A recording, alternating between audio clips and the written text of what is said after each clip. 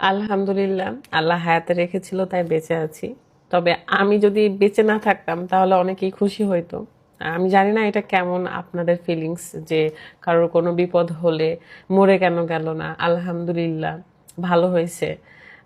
মানে সব কিভাবে বলেন আপনারা আমি জানি না। তবে আমার যে গাড়িটা অ্যাক্সিডেন্ট হয়েছে, মাজদা গাড়ি, সেই গাড়িটার প্রতিও অনেকের ক্ষোভ ছিল, কারণ যারা কোনোদিন এই গাড়িগুলো নিতে পারতো না, এত টাকা দিয়ে তো আসলে টু সিটার গাড়ি কেউ নিবে না, বরং ফ্যামিলি কার নিবে বা এটা। তো যারা কখনো নিতে পারতো না, যাদের আমার উপর অনেক বেশি জেলাসি কাজ করতো, তারা অনেক আলহামদুলিল্লাহ বলেছে, শেয়ার করেছে। বিশেষ করে রাজশাহীর মানুষ, কারণ আমি তো এই রাজশাহীতেই থাকি, আমার শ্বশুরবাড়ি যেহেতু রাজশাহীতে। সো আমরা এই এলাকার কোনো সাপোর্ট পাবো না, ভালোবাসা পাবো না, এটা খুবই স্বাভাবিক। কারণ আমাদের বাঙালির স্বভাবই এরকম, যে পাশের বাড়ির কেউ যদি একটু উঁচুতে উঠে তখন কিন্তু আমরা তাকে নামানোর চেষ্টা করি। মানে প্রত্যেকটা এলাকারই এটা একটা স্বভাব। আমি রাজশাহীতে থাকি, আমি রাজশাহীর কাছ থেকে সাপোর্ট পাবো না। যারা অন্য জেলায় থাকে, যার যার নিজ নিজ জেলা এলাকা, তারা কখনোই সেখান থেকে সাপোর্ট ভালোবাসা পায় না, তাই আমি আশাও করি না। আমাকে নিয়ে ট্রোল করতেছেন, মজা নিচ্ছেন, ভালো হয়েছে, ভাব নিয়েছিলাম অনেক। তো বিষয় হলো যে আমি মৃত্যুর হাত থেকে বেঁচে আসছি। কিরকম বিষয়টা, যে আমি নিজের চোখে মৃত্যু দেখেছি। আমার কাছে দুইটা অপশানে ছিল, হয় মৃত্যু, আর না হলে আমি যদি নিজেকে বাঁচাতে চাই তাহলে এই অ্যাক্সিডেন্টটা হতেই হতো। এই অ্যাক্সিডেন্টটা না হইলে আমি ট্রাকের নিচে পড়তাম। বিষয়টা এরকম। তো আমি, হ্যাঁ, এটা স্বীকার করছি, আমি যে 5-6 বছর ধরে ড্রাইভিং করছি তা নয়, আমি 2 বছর ধরে ড্রাইভ করছি। অ্যান্ড আলহামদুলিল্লাহ আমার কখনোই কোনো জায়গায় কিছু হয় নাই। যখন নিজের বিপদ আসে তখন আমরা বলি যে আল্লাহ পরীক্ষা নিচ্ছে, আর যখন অন্যের বিপদ দেখি তখন হাসাহাসি করি, আলহামদুলিল্লাহ পড়ি, তাই না? আমরা হচ্ছে, এটাই হচ্ছে বাঙালি। সো আমার মনের পরিস্থিতি খুবই খারাপ। তারপরেও আমি যখন মানে ফেসবুকে ঢুকতেছি, দেখতেছি যে সবাই কি কি টাইপ মানে পোস্ট করতেছে ভাই। আমার এই যে এখানে ব্যথাটা এখনো আছে, মানে আমার যেহেতু লুকিং গ্লাসটা লাগছে এখানে, তো বিষয় দেখেন যে নওহাটাতেও নাকি একটা অ্যাক্সিডেন্ট হয়েছে, বড় অ্যাক্সিডেন্ট, যেখানে অনেক মানুষ মারা গেছে।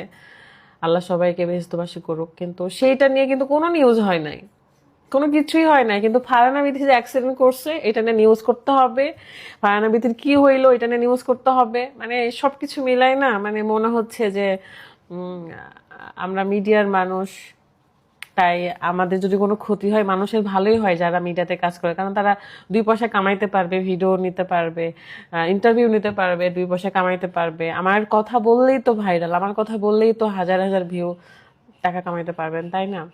তো আমার যে গাড়িটা সেটা অনেক কষ্ট করে আমি কিন্তু নিয়েছিলাম। যদিও বা, যেটা সত্যি কথা, আমি খুব বেশি পরিশ্রম করেছি এবং খুব অল্প সময়ের মধ্যে অল্প সময়ে টাকা দিয়ে গাড়িটা আমি নিয়েছিলাম।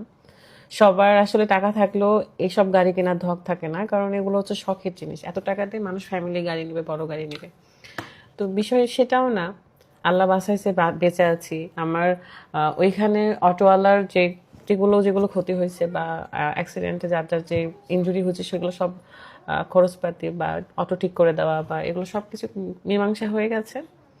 দেন গাড়ি তো নিয়ে গ্যারেজে ঢুকছে। তো গাড়িটা যখন, আমার ভাঙ্গা গাড়িটা যখন রাস্তা দিয়ে যাচ্ছিল, তো তখন আমার মনে হচ্ছে যে এই বুকের হাড়গুলো ভেঙে ভেঙে যাচ্ছে, মানে এরকম। মানে এগুলো একটা ইমোশন, ছেলেদের যেমন বাইকের ইমোশন না, ছেলেরা বাইকের প্রতি অনেক বেশি ইমোশন থাকে।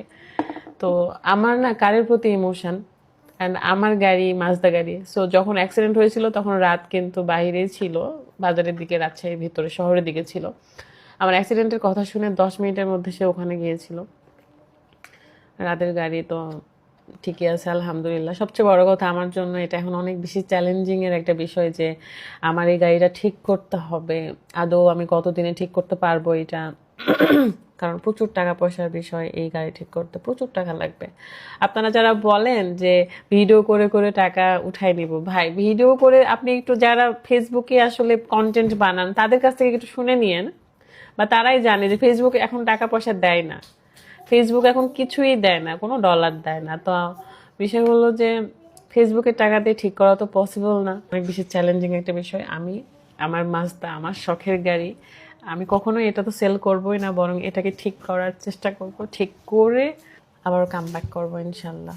হয়েছে, মানুষ তো এক্সাইটেড। অ্যাক্সিডেন্ট হলে কি দোষ সবসময় না না আমার? না, দোষ আপনার না, অ্যাক্সিডেন্ট হয়েছে।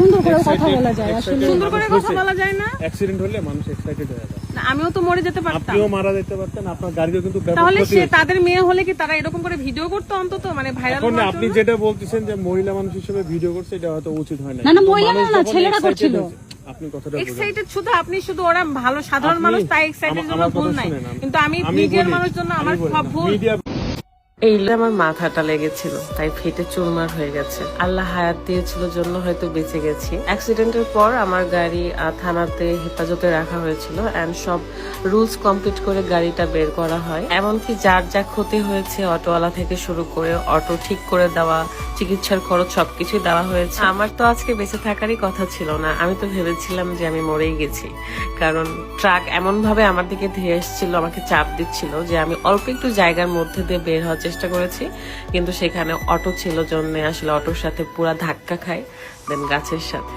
যদি আমি বাঁচার চেষ্টা না করতাম ট্রাকের থেকে, তাহলে ট্রাকের নিচেই পড়তাম, বেঁচে থাকতাম না। বিশ্বাস করেন আমার যে কি হচ্ছে আমি এটা বলে বোঝাতে পারবো না। মানে এত দিন ধরে ড্রাইভ করে আসছি, এত কঠিন কঠিন রাস্তা পার করে আসছি, কিন্তু এর চেয়েও যে কঠিন পথ আমার জন্য অপেক্ষা করছিল আমি আসলে বুঝতে পারিনি।